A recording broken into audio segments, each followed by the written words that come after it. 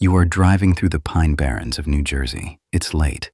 The trees close in on both sides of the road like they're leaning toward your headlights. Your radio starts to crackle. And then, for just a second, something crosses the road ahead of you. Too fast to see clearly, too big to be a deer.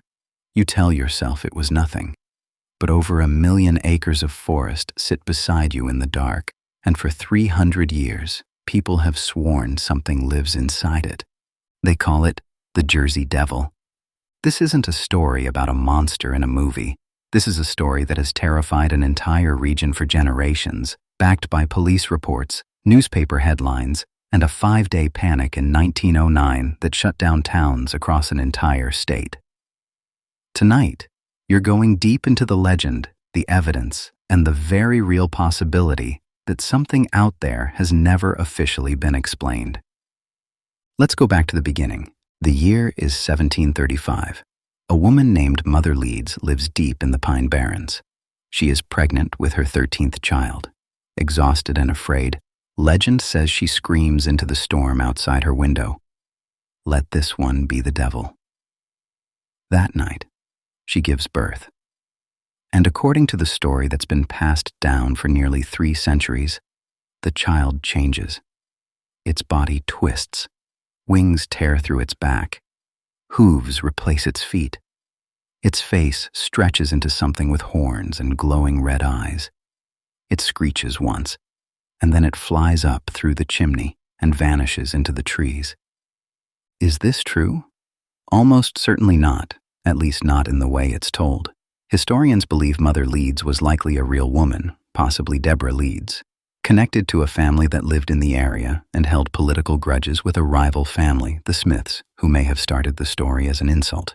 But here's what should unsettle you. The story didn't die with the century it was born in. It grew, and it kept growing, because people kept seeing something. Fast forward to January of 1909. This is when the legend stops being folklore and starts being documented history. Over 5 days, more than 1,000 sightings were reported across southern New Jersey and into Pennsylvania and Delaware. Not vague rumors, specific, detailed accounts filed with police, printed in newspapers, and corroborated across towns that had no way of communicating with each other in real time. A postmaster in Leeds Point reported strange hoof-like tracks in the snow outside his home, tracks that seemed to stop mid-stride, as if whatever made them had simply taken flight. Trolley conductors in multiple towns reported a creature with wings and glowing eyes flying alongside their cars in the dark. Police officers in Camden and Bristol fired their weapons at a creature matching the same description. Multiple witnesses, multiple locations, the same details, again and again. Wings, hooves, a horse-like head, a blood-curdling scream that one witness described as unlike anything he'd heard from any animal in his life. Schools closed, factories shut down, armed posses searched the woods.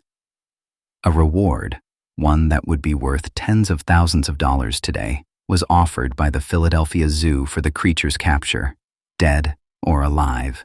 Nobody ever collected it. Now here's where it gets stranger.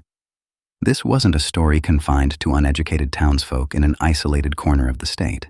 These were police officers, postal workers, business owners, people with reputations to protect, who had nothing to gain and everything to lose by claiming they'd seen a flying, screeching creature in the middle of the night. And yet they kept talking, because they knew what they saw. So what could it have been? Cryptozoologists like Lauren Coleman have spent decades collecting and cross-referencing these sightings, and Coleman has pointed out that the consistency of the physical description across witnesses who had no contact with each other is what makes the Jersey Devil case different from most cryptid folklore. Skeptics point to a simpler explanation: the sandhill crane, a real bird with a wingspan over 6 feet, red markings near its head, and a call that has been described as genuinely bone-chilling in the dark. It's possible. It's even likely for some sightings. But sandhill cranes don't leave hoofprints in the snow, and they don't explain why, more than a century later, sightings haven't stopped. Because they haven't. In the decade since 1909, sightings have continued in the Pine Barrens, one of the most sparsely populated and densely forested regions on the entire East Coast, close enough to major cities that millions of people live within an hour of it, yet wild enough that portions of it have never been fully mapped. Hunters have reported tracks, campers have reported screams in the night that sent them running for their cars before dawn. In the 1960s, a rash of livestock deaths in the area were blamed on the creature by local farmers, animals found with injuries no known predator in the region could explain. Think about that for a moment. A forest larger than the state of Rhode Island, sitting less than 20 miles from Philadelphia, still producing reports of the same creature, with the same wings, the same hooves, the same scream, for nearly 300 years. What would it take in your mind for a story to survive that long? Humans forget things. We forget names. We forget faces. We forget the exact details of things that happened last month. But somehow, across generations of people who never met each other, the description of the Jersey Devil hasn't changed. Wings, hooves, a horse's skull, red eyes that catch the light like an animal's, because that's exactly what they're supposed to do. Some researchers have proposed something else entirely. Not a supernatural birth, not a curse, but a surviving, undocumented species, something that has adapted to stay hidden in one of the last truly wild spaces on the East Coast, only surfacing at night, only seen in glimpses, exactly the kind of behavior you'd expect from an animal that has learned, generation after generation, that being seen means being hunted. It's a theory that shouldn't be comforting, but somehow it's worse than the folklore. Because folklore you can dismiss, a curse you can walk away from. But an animal, a real, breathing, undiscovered animal, living less than an hour from where you might be sitting right now, watching headlights pass on a road at night, deciding whether or not to cross.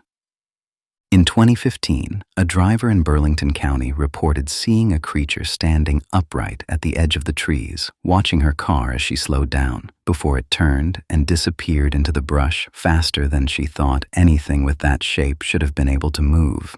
She didn't report it to the police right away. She said she was afraid people would think she was lying. Or worse, she said, afraid they'd believe her. That's the thing about the Jersey Devil that separates it from other legends. It isn't hiding in a lake, far from where most people will ever go. It isn't buried in the mountains of a remote wilderness thousands of miles from civilization. It lives, allegedly, in the trees beside a highway you might have already driven past, in a forest that borders shopping malls and suburban neighborhoods. Close enough that if it's real, it has been watching people this entire time and choosing, almost every single time, to stay just out of sight. So the next time you're driving through southern New Jersey after dark, and the trees start pressing in close to the road, and your headlights catch nothing but shadows sliding between the trunks, remember this. 1,000 people once saw the same thing, in the same week, in towns that had no way of comparing notes. The Philadelphia Zoo once offered a fortune for proof that never came. And sightings, quiet ones, undocumented ones, are still being reported in those woods today. Maybe it's a bird.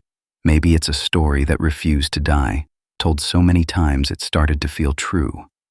Or maybe, just maybe, something has been living in those trees since before your grandparents were born, watching the road, waiting for the next set of headlights to pass by, and deciding once again not to be seen.